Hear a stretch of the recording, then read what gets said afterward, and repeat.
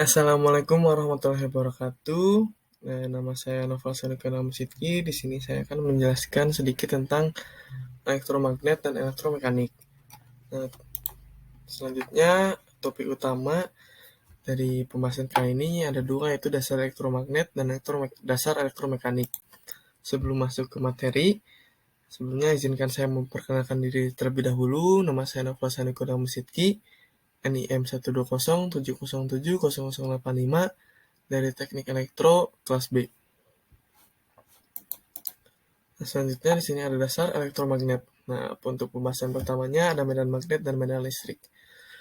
Medan magnet terbentuk dari gerak elektron, mengingat arus listrik yang melalui suatu hantaran merupakan aliran elektron. Maka pada sekitar kawat hantaran listrik tersebut akan ditimbulkan suatu medan magnet. Medan magnet memiliki arah, kerapatan, dan intensitas yang digambarkan sebagai garis-garis fluks, dan dinyatakan dengan gambar simbol P flux delta sama dengan flux dalam besaran Weber. Besaran kerapatan medan magnet dinyatakan dengan banyaknya garis flux yang menembus suatu luas bidang tertentu dengan mempunyai simbol B delta sama dengan kerapatan fluksi dalam Weber per M kuadrat. Intensitas medan magnet disebut sebagai kuat medan dan dinyatakan dengan besarnya fluksi sepanjang jarak tertentu mempunyai simbol H kapital delta sama dengan kuat medan dalam A per M, kerapatan medan B, maupun kuat medan H merupakan besaran vektoris yang punya besaran dan arah yang mana B kapital sama dengan mu dikali H, di mana mu delta sama dengan permeabilitas dalam Henry per M. Permeabilitas pada ruang bebas udara HO mempunyai nilai 471 dikali 10 min 7 H per M. Material seperti besi dan nikel mempunyai permeabilitas yang relatif lebih tinggi dan biasanya disebut sebagai material yang mempunyai karakteristik ferromagnet. Besaran flux dapat juga dinyatakan sebagai V flux sama dengan integral BdA. Apabila seperti digambar, suatu sumber tegangan V mengalirkan arus listrik I melalui suatu kumparan dengan jumlah lilitan N, maka pada inti besi atau core akan ditimbulkan suatu kuat medan H. Hubungan antara arus listrik dan medan magnet dinyatakan oleh hukum Ampere, dan untuk rangkaian sederhana seperti pada gambar, persamaannya adalah NI sama dengan HL ampere turn, di mana N sama dengan jumlah lilitan, I sama dengan arus, H sama dengan kuat medan, dan L sama dengan panjang jalur. Selanjutnya kita masuk ke induksi tegangan hukum Faraday. Apabila medan magnet berubah-ubah terhadap waktu akibat arus yang bolak-balik berbentuk sinusoida, suatu medan listrik akan dibangkitkan atau diinduksikan. Hubungan ini dinyatakan oleh hukum Faraday pada gambar. Medan magnet atau flux yang berubah-ubah pada inti besi menghasilkan gaya gerak listrik atau GGL sebesar E sama dengan min N dikali D flux per dt sama dengan D lambda per dt, di mana lambda sama dengan N dikali flux merupakan flux linkage, dan flux menyatakan harga flux yang berubah-ubah terhadap waktu. Perubahan flux yang menghasilkan gaya gerak listrik GGL tersebut dapat terjadi karena A. Atau 1. Perubahan fungsi waktu akibat arus bolak-balik yang berbentuk sinusoida seperti diuraikan di atas. Fungsi yang kedua, fungsi putaran akibat berputarnya rotor pada mesin dinamis secara lebih terperinci. Hukum Faraday dapat diteruskan sebagai berikut. E induksi sama dengan min D per dt dikali lambda. Oleh karena itu, flux lineage lambda merupakan fungsi putaran theta dan fungsi waktu T, maka setelah rumus dijabarkan menjadi E induksi sama dengan E rotasi plus E transformasi. Untuk transformator hanya terdapat gejala induksi karena transformasi, yaitu E transformasi. Untuk mesin arus searah hanya terdapat E rotasi, sedangkan pada mesin arus bolak-balik terdapat E rotasi maupun E transformasi. Selanjutnya kita masuk ke konsep rangkaian magnet. Nah, arus listrik I yang dialirkan melalui penghantar yang dibelitkan pada inti besi yang berbentuk cincin toroidal akan menghasilkan medan magnet yang sebanding dengan jumlah lilitan N dikalikan dengan besaran arus listrik I. Ampere turn Ni ini dikenal sebagai gaya gerak magnet GGM dan dinyatakan dengan notasi F. F sama dengan Ni ampere turn gaya gerak magnet GGM adalah perbedaan potensial magnet yang cenderung menggerakkan fluks di sekitar cincin toroidal. Gerak fluks di sekitar cincin selain ditentukan oleh besaran GGM, juga merupakan fungsi dari tahanan inti besi yang membawa fluks tersebut. Tahanan inti besi itu disebut reluktansi R dari rangkaian magnet fluks sama dengan F per R Weber. Seperti juga tahanan dalam rangkaian listrik, reluktansi berbanding lurus dengan panjang berbanding berbalik dengan penopang luas bidang, di mana bergantung pada bahan magnetik. Rangkaian magnet tersebut di mana besaran I dalam meter dan A dalam meter persegi menjadi R sama dengan I per mu A ampere turn per Weber. Terdapat analogi antara hubungan rangkaian magnet dan hubungan rangkaian listrik. Selanjutnya kita masuk ke kurva magnetasi. Perhitungan rangkaian magnet dapat pula dilakukan melalui pendekatan grafik dengan penjelasan sebagai berikut. B kapital sama dengan flux per A kapital sama dengan F kapital per A kapital kali R sama dengan F per A dikali L per mu A sama dengan mu dikali F per L sama dengan mu dikali H Weber per M kuadrat, di mana H sama dengan F per L sama dengan Ni per L ampere turn per M. Besaran H disebut kuat medan dan merupakan harga GGM per unit panjang. Untuk rangkaian magnet yang seragam seperti pada gambar, harga GGM per unit panjang inti besi adalah konstan. Oleh karena itu, harga kuat medan H sepanjang jalur inti besi juga adalah konstan. Persamaan di atas memperlihatkan hubungan sifat magnetik suatu bahan dengan permeabilitas K yang dapat ditunjukkan melalui kurva kerapatan flux B sebagai fungsi dari kuat medan H, yang biasanya disebut kurva B-H atau kurva magnetasi. Kurva B-H hanya dipengaruhi oleh jenis bahan yang dipakai dan tidak bergantung pada dimensi bahan. Apabila diketahui harga ampere turn Ni dan harga panjang rata-rata jalur fluksi, maka harga kuat medan NiLL jatuh pada sumbu horizontal, dan secara grafik dengan mudah ditentukan kerapatan fluksi B yang terletak pada sumbu koordinat tegaknya. Karena Hn sama dengan ILL dan B sama dengan flux per A, maka dengan mudah terlihat bahwa kuat medan H sebanding dengan gaya gerak magnet Ni dan kerapatan flux B sebanding dengan garis flux. Oleh karena itu, hubungan kurva B-H pada gambar akan mempunyai bentuk yang sama dengan hubungan kurva D-GGM pada gambar. Kemiringan B terhadap H pada gambar menunjukkan harga permeabilitas inti besi atau core.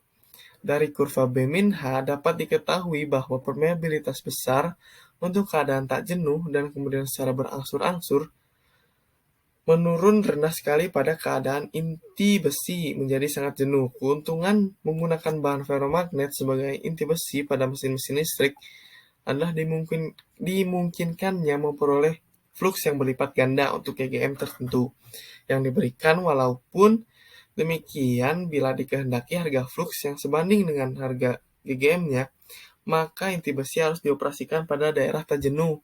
Bentuk nonlinear kurva magnetasi ini akan berperan penting dalam membahas sifat mesin-mesin listrik dan transformator. Kita masuk ke intensitas medan magnet, hukum Ampere. Hukum Ampere bersama dengan beberapa persamaan lain membentuk persamaan Maxwell, menyatakan bahwa integral keliling kuat medan magnet berbanding lurus dengan besar arus listrik yang terkurung oleh integral keliling itu,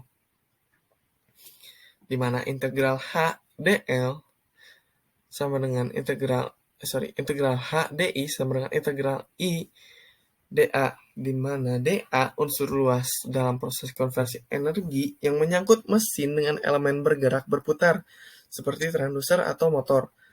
Pada inti besinya atau core akan terdapat celah udara. Melalui celah udara ini dapat berlangsung proses konversi dari energi listrik ke energi mekanik atau sebaliknya. Untuk inti yang bercelah udara berlaku hubungan Ni sama dengan HeLe ditambah Hgg. Adapun Ni sama dengan Bc per mu C dikali Lc ditambah Bg per mu O dikali G.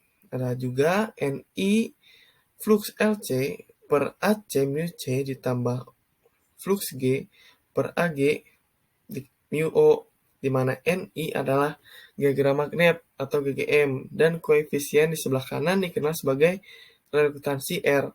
Karena Re sama dengan Lc per Ac mu C dan Rg sama dengan Rg sama dengan G per Ag mu O, maka Ni sama dengan flux Rc plus R sama dengan F. Oleh karena itu, pada umumnya, mu C akan lebih besar daripada mu O. Maka sebagian besar rangkaian magnet hanya dipengaruhi oleh reluktansi celah udara R. Dengan demikian, dapat disimpulkan bahwa sebagian besar GGM terkonsentrasi pada celah udara yang merupakan potensi energi proses untuk konversi. Selanjutnya kita masuk ke energi dalam medan magnet. Energi listrik yang diberikan oleh sumber akan digunakan oleh inti besi beserta belitannya untuk menghasilkan medan magnet. Dengan demikian, energi yang diperoleh akan tersimpan dalam medan magnet yang ditimbulkan, di mana dWe sama dengan dWf, sedangkan dWf sama dengan I d lambda sama dengan Fd flux. Jadi energi yang tersimpan pada medan magnet adalah Wf sama dengan integral I lambda dikali d lambda sama dengan integral F flux d flux. Persamaan integral di atas mengandung arti bahwa besar energi yang tersimpan dalam medan magnet tersebut merupakan suatu luas daerah tertentu. Sedangkan luas daerah tersebut ditentukan oleh jenis bahan permagnetan inti. Untuk bahan ferromagnet, hubungan antara F dan flux akan tidak linear dan dilukiskan seperti pada gambar. Dari gambar diketahui bahwa untuk kurva mekanik OA, jumlah energi yang dibutuhkan sama dengan luas daerah θ AC. Dan apabila harga F dikembalikan ke harga nolnya, sebagian energi yang besarnya sama dengan luas energi ABC akan dilepaskan, sedangkan energi sebesar luas OAB hilang sebagai panas atau rugi histeresis. Siklus penuh rugi histeresis akan membentuk suatu gelang lingkar tertutup, seperti pada gambar. Untuk rangkaian listrik R min L dengan tegangan jepit V berlaku, di mana F sama dengan Ri ditambah dy per dt, di mana V dt sama dengan Ri kuadrat dt ditambah I d lambda, atau V dt sama dengan integral Ri kuadrat dt ditambah integral d lambda, yang artinya kerja yang dilakukan sama dengan panas hilang ditambah energi yang tersimpan dalam magnet. Energi dalam medan magnet adalah Ws sama dengan integral I d lambda sama dengan I d lambda sama dengan integral Ni d flux, di mana Ni sama dengan FHELE dan d flux sama dengan ACdB. Jadi NiDO sama dengan HELE dikali ACdB sama dengan ICAC dikali HdB. ICAC adalah volume inti magnet. Energi tersimpan per unit volume adalah W per mu sama dengan Wf per LCAC sama dengan integral HdB. Persamaan di atas mengandung arti bahwa energi dalam medan magnet ditentukan oleh luas daerah yang dibatasi antara kurva magnetasi dan sumbu B atau luas daerah OAC pada gambar. Selanjutnya kita masuk ke dasar elektromekanik. Yang pertama ada konversi energi elektromagnetik. Nah, konversi energi baik dari energi listrik menjadi energi mekanik maupun sebaliknya dari energi mekanik menjadi energi listrik berlangsung melalui medium medan magnet yang akan diubah dari suatu sistem ke sistem lainnya. sementara akan tersimpan pada medium magnet untuk kemudian dilepaskan menjadi energi sistem lainnya. Dengan demikian, medan magnet di sini selain berfungsi sebagai tempat penyimpanan, energi juga sekaligus sebagai medium untuk mengkoppel proses perubahan energi. Dengan mengingat hukum kekekalan energi, proses konversi energi elektromekanik dalam hal ini sebagai aksi motor dapat dinyatakan sebagai berikut. Energi listrik sebagai input sama dengan energi mekanik sebagai output, ditambah energi yang dirubah menjadi panas, tambah energi tersimpan pada medan magnet atau setelah sigma rugi dikelompokkan. Energi listrik minus rugi tahanan sama dengan energi mekanik minus rugi gesekan ditambah energi tersimpan pada medan magnet plus rugi yang menyertainya atau dalam bentuk diferensial. Adapun persamaan dWe sama dengan dWm tambah dWf. Persamaan di atas telah diterangkan bahwa energi yang diubah dari satu ke lain sistem akan disimpan sementara pada medium medan magnet untuk kemudian dilepaskan menjadi energi sistem lainnya dan secara matematika dinyatakan oleh persamaan dWe, persamaan diferensial dWe sama dengan dWm ditambah dWf. Hal tersebut di atas hanya berlaku ketika proses konversi energi sedang berlangsung, artinya berlaku untuk keadaan dinamis yang transien. Untuk keadaan tunak, di mana flux merupakan harga yang konstan, maka dWf sama dengan 0 dan dWe sama dengan dWx. Selanjutnya ada gaya gerak listrik. Apabila sebuah konduktor digerakkan tegak lurus sejauh d, memotong suatu medan magnet dengan kerapatan flux B, maka perubahan flux pada konduktor dengan panjang efektif ialah D flux sama dengan B per ds. Dari hukum Faraday, diketahui bahwa gaya gerak listrik GGL E sama dengan D flux per dt, maka E sama dengan B per ds per dr, atau ds per dt sama dengan V, sama dengan kecepatan. Jadi, arah daya gerak listrik ditentukan oleh aturan tangan kanan dengan jempol, telunjuk, dan jari tengah yang saling tegak lurus menunjukkan masing-masing arah V, B, dan E. Bila konduktor tersebut dihubungkan dengan misalnya suatu tahanan, maka pada konduktor tersebut mengalir arus yang menjauhi kita seperti digambarkan dengan simbol ujung belakang anak panah. Sedangkan arus yang mendekati kita digambarkan dengan simbol ujung depan anak panah. Persamaan E sama dengan BY dapat diartikan bahwa apabila dalam medium medan magnet diberikan energi mekanik untuk menghasilkan kecepatan V, maka akan dibangkitkan energi listrik E, dan ini merupakan prinsip dasar dari sebuah generator. Selanjutnya kita masuk ke koppel. Nah, di sini ada arus listrik I yang dialirkan di dalam suatu medan magnet dengan kerapatan flux B akan menghasilkan suatu gaya F sebesar F sama dengan BI. Arah gaya ini ditentukan oleh tangan kiri dengan jempol, telunjuk, dan jari tengah yang saling tegak lurus menunjukkan masing-masing arah F, B, dan I. Persamaan F sama dengan BI per R merupakan prinsip sebuah motor di mana terjadi proses perubahan energi listrik menjadi energi mekanik. Bila jari-jari motor adalah R, koppel yang dibangkitkan menjadi T sama dengan F dikali R sama dengan BI per R. Perlu diingat bahwa pada saat gaya F dibangkitkan konduktor bergerak di dalam medan magnet dan seperti diketahui akan menimbulkan gaya gerak listrik yang merupakan reaksi terhadap tegangan penyebabnya. Agar proses konversi energi listrik menjadi medan energi mekanik atau motor dapat berlangsung. Tegangan sumber yang harus lebih besar daripada gaya listrik lawan. Dalam pembahasan terdahulu telah diterangkan bahwa suatu gerak konduktor dalam medan magnet akan membangkitkan tegangan S sama dengan B per V, di mana dihubungkan dengan beban akan mengalir arus listrik I atau energi mekanik berubah menjadi energi listrik generator atau generator. Arus listrik I yang mengalir pada konduktor tadi merupakan medan magnet pula dan akan berinteraksi dengan medan magnet yang telah ada B Interaksi medan magnet merupakan gaya reaksi lawan terhadap gerak mekanik yang diberikan agar konversi energi listrik dapat berlangsung. Energi mekanik yang diberikan haruslah besar daripada gaya reaksi tadi. Nah, selanjutnya ada mesin dinamik elevator. Pada umumnya, mesin dinamik terdiri atas bagian yang berputar disebut rotor dan bagian dalam disebut stator, di mana rotor dan stator terdapat celah udara. Seperti pada gambar, stator merupakan kumparan medan yang terbentuk kutub sepatu dan rotor merupakan kumparan jangkar dengan belitan konduktor.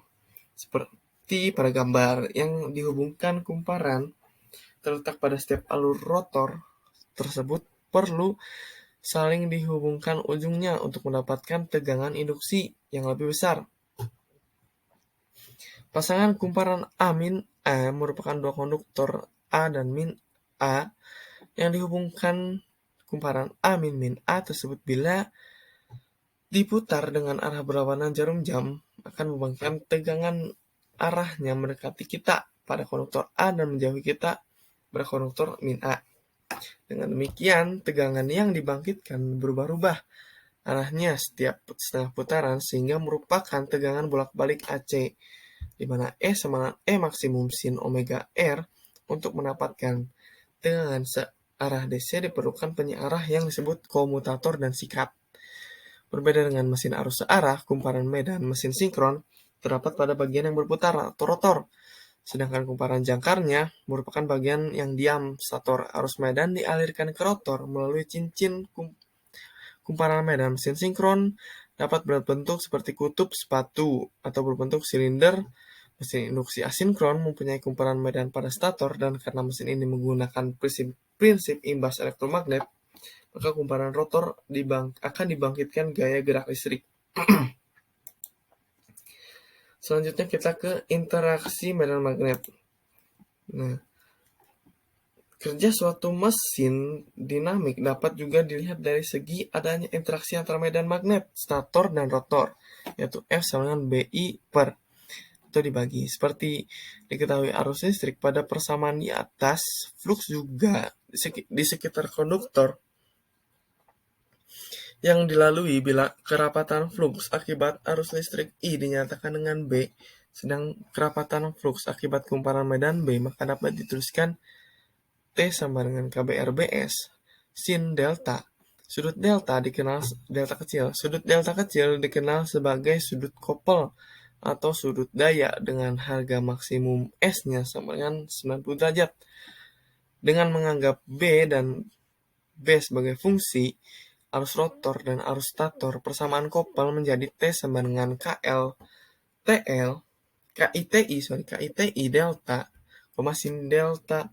Pembahasan di atas menjelaskan bahwa terjadinya koppel dapat dianggap sebagai adanya interaksi antara dua medan magnet atau antara dua arus. Selanjutnya kita masuk ke distribusi flux. Suatu mesin sinkron dengan kumparan medan 4 kutub, kumparan jangkarnya akan terdiri dari atas dua kumparan, yaitu A1 dan -A1 dan A2 -A2. Kedua kumparan tersebut bila dihubungkan secara seri akan berbentuk seperti di gambar. Kerapatan flux B yang ditemukan akibatnya berputar kumparan medan akan berbentuk sinusoida terhadap ruang.